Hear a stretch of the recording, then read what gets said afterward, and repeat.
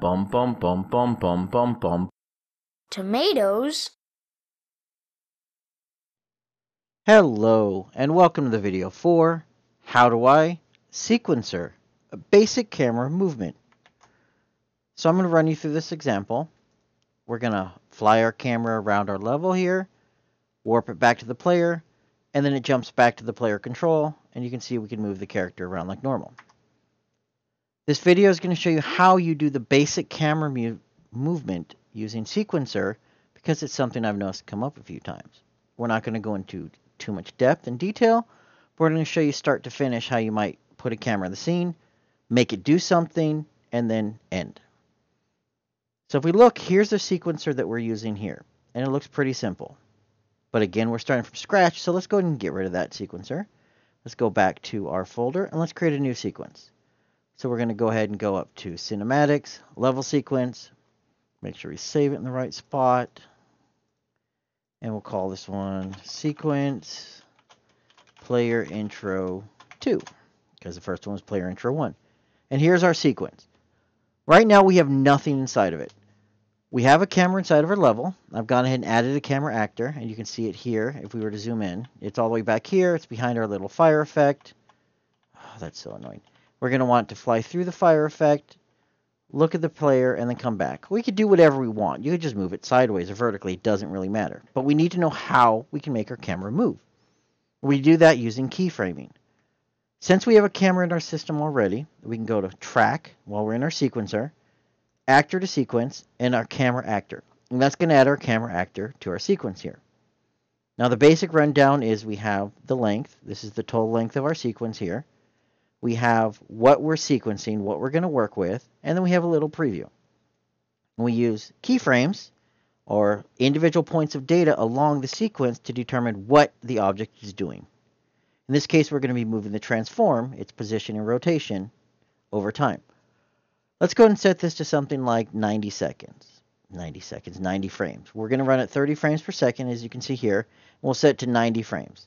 We can also drag our little camera here, or it could go on. It doesn't really matter. This defines our sequencer start and end, and all these are just tracks. So, I mean, if we want to, we'll just boop, and it's now matched. Down here, we have our transform. That's our transform of our camera. We want to start here. This is where it's at. This is where I like it at. I'm going to have it fly through the fire here, and then, you know what, maybe we'll have it stop, and then we'll turn around. So we'll go ahead and move our little scrubber here to our first position. You can see here, first position, or we could type it in. We're going to hit the key button here, or you can hit enter. So if I want to, I can click here. Now we have a keyframe. It's keyframing our transform. That's our location, rotation, and scale at this point. Now what we want to do is move to where we want to go. So let's say 45 frames in. And we want to move our object to its new location. Now we could move it. We could drag it along here, and drag it along here, and drag it along here, and we can keep moving it till we get what we want, or we can just fly it around. Right-click on the object, pilot, and now we are piloting it. And we can move it to wherever we want using the standard controls. So I'm going to move it here, for example. We're back down here. We're at the 45 point. Don't drag this scrubber. If you move the scrubber now, it's going to go ahead and reset everything you've done, and it's going to have to start over. We can click our keyframe button here for a transform since it's selected, or enter on the keyboard adds a new set of keyframes for a transform. Now if we were to scrub, you'll notice we're going to fly through like this. Since we're still piloting, we can hit eject if we want to. We can see exactly what's going to happen. So it's going to fly through like this, and then now we want to go back behind the character. So let's do it over here. We'll go to our 90 seconds, fly. Let's put it right about, I don't know, somewhere around here. We'll go ahead and transform, and now we have another set of keyframes. And here's our fly through. Simple as that. If you want a camera to go from one position to another, you'd set up your transforms. Now the nice thing is you can adjust it. Let's eject. We'll go back. We will figure out where we're at in here. We're going to grab our camera. So here's our camera actor right here, and you can see the track that it flies along on our sequence. You can see it flying along. Now one issue we're running into is it's going through the ceiling here, and I don't really like that. Well, we've learned how to do keyframes. Let's go ahead and watch our camera actor right here. It's kind of flying through the wall. We'll go here, and we'll just drop it down a little bit, like that. And, I don't know, I think we'll move it in the middle a little bit more. and we'll add another set of transform keyframes. And now it zooms down and comes through and then comes back, just like we want it. Really simple, really easy. If we were to go ahead and hit play right now, well, what's going to happen is my other sequencer is going to play through because I have it set up. So how would you set up your sequence? There's a couple different ways. We can go to our content browser. You could drag your sequencer into the world. Once it's in the world, you have the ability to edit it here and set some settings. Autoplay, looping, restore state, where you want to start at, if it hides the player, a bunch of different options. However, I prefer to do this in the level blueprint. Both ways work. The level blueprint gives us access to events as well as things such as the starting and stopping. So we'll delete it out of our level. We're going to open up our blueprint for the level blueprint. And here you can see all the code I have set up for our previous playthrough. So I'm going to go ahead and disconnect that. We'll move it up here because we don't need it. We're going to make our own. And we need to know what to do. Well, we want to play our level sequence. That's really simple. We're going to go ahead and we'll do create level sequence player. And this will create our player. Select the sequence we want. And then we're going to want to play it. So we're going to go ahead and play. And we're going to find play. And you'll get sequence player right here. Now you notice it does a target of the sequence player. Well, there's two different ones. There is the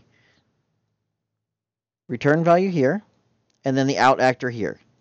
And these are two different things. One of them is going to be the actor that you're actually creating in the world that we saw when we dragged it in. The other ones are actual player, which is what we're going to use to play and stop and things like that. So we want to play. And now if we were to go ahead and compile and save out, and we'll hit play, it's going to run through our sequence. Now you can see I set up our sequence really quickly.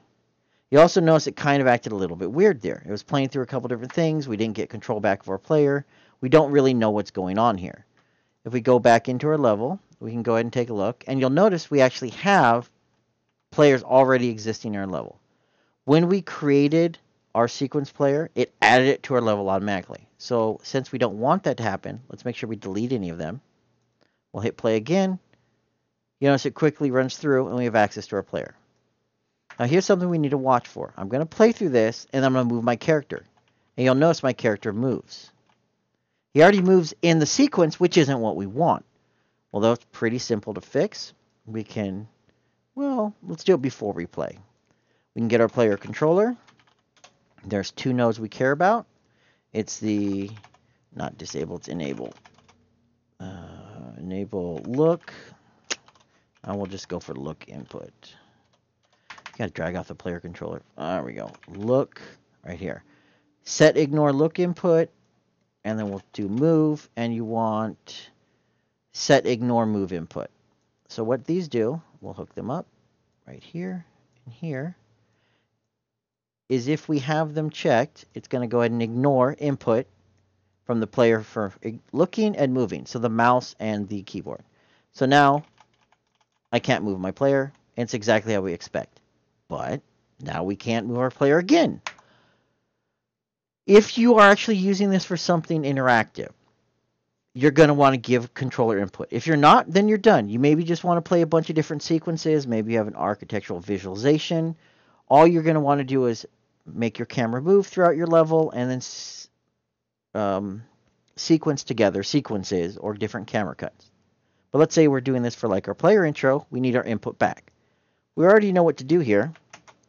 We just need to uncheck these and we need to paste them somewhere. Now here's the problem. How do we know it's done? Well, we have event binding and then we also have events inside of the sequence itself. So we'll look at event binding first. Let's drag this out. Let's type in stop and we have an event called onStop. We'll go and assign an event to onStop. We'll go ahead and drag off. We'll do a custom event. This is event binding. If you haven't used it before, go ahead and look into it. It's really simple. Let's see, we'll call this onStop in all capital. And basically when this sequencer stops, this will fire. We'll go ahead and uncheck these so we have our player input back. We'll hit play. Can't move our character. Event stops. We can move our character. Really simple. Let's say, for example, you wanted to be able to do something in the middle of it, though. Well, this is just a quick small little thing. We have event tracks. You can track, event track. It'll add a whole nother track here. At any point, we can do a property. So let's drag this over here. We're going to do this one frame before the end. Usually, if you try to stop it or call an event on the end, it might not trigger. So if you want an event to trigger at the end, call it one frame before for safety's sake. Enter to add a keyframe. You'll see it's called none. Right-click on this, property. We're going to call our event name event called stop. Notice it has to be this exact thing inside of your level blueprint. So we'll go into our level blueprint. We'll make a new custom event. We're going to paste this in.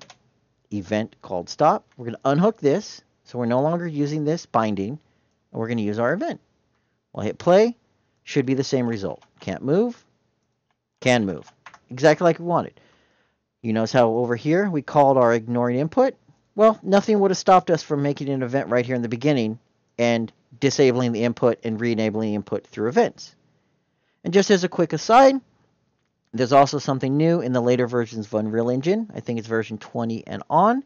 You have the ability to actually, inside of blueprints, add events inside of your sequencer track using blueprints, so you don't actually have to connect them separately with your level blueprint. But that's something to look into. And that's it. That's the basics.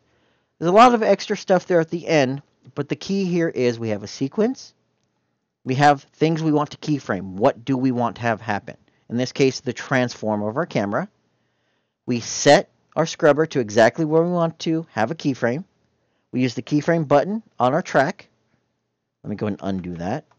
I didn't want that keyframe. But we use the keyframe button on the track or the enter key. We can then move our scrubber to where we want our next keyframe to be. Move the items we want to keyframe.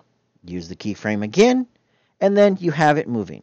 There's tons of other options. You have interpolation options, smoothing options, blending options. You have the ability to add multiple other tracks. But this is the basics of how you sequence a camera inside of Sequencer.